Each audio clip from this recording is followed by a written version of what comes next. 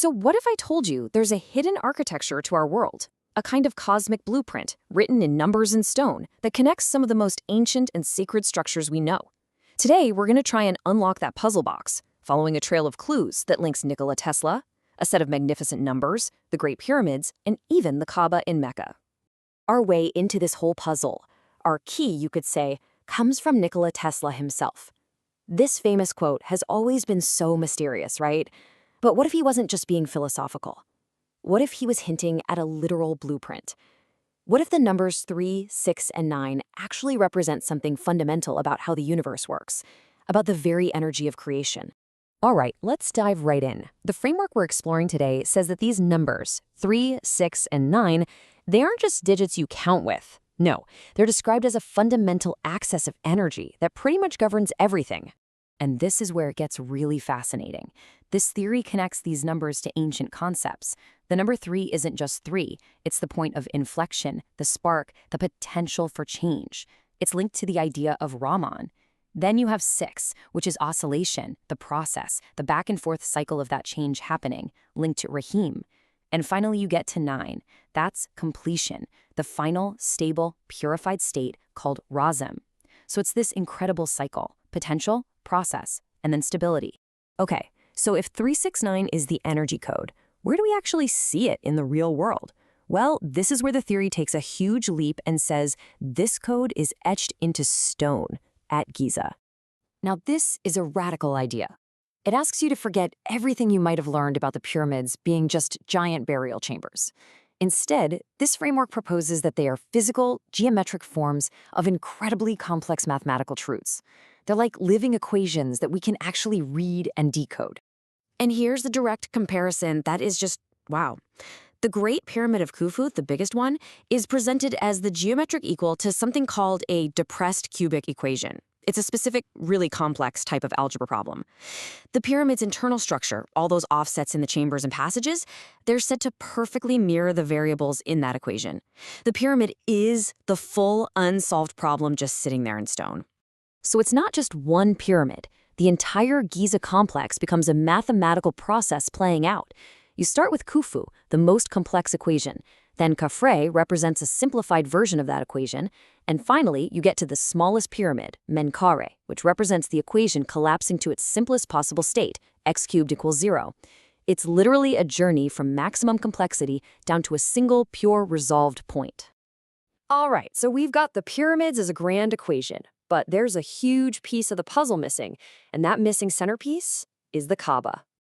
Okay, stay with me here, because this is where it all starts to click.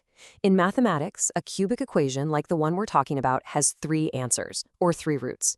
This theory says the 3 pyramids are those 3 roots. They are the 3 solutions to this grand cosmic equation. But that creates a brand new problem. You see, mathematically, for this specific kind of equation to work, the sum of its 3 answers has to equal 0. Think of it like a perfectly balanced scale.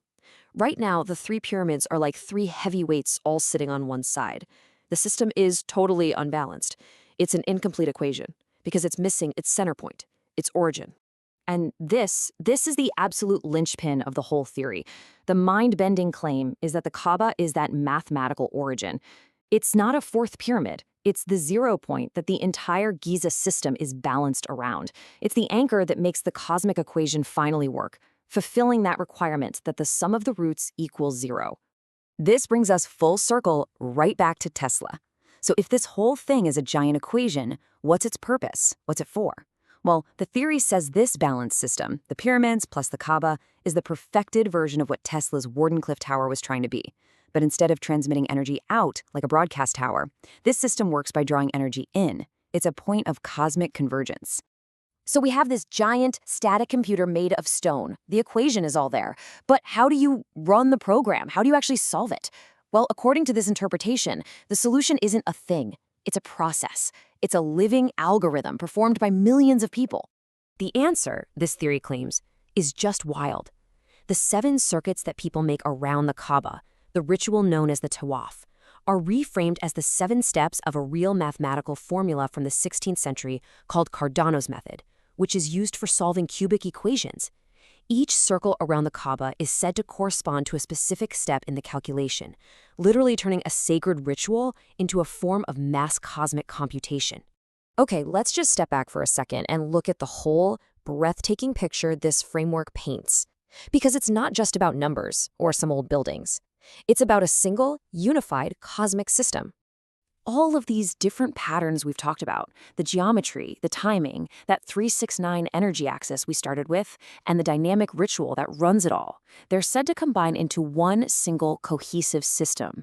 The source material calls it a dual caustic field, but you can think of it as a kind of great cosmic processor, where every single piece has a crucial role to play.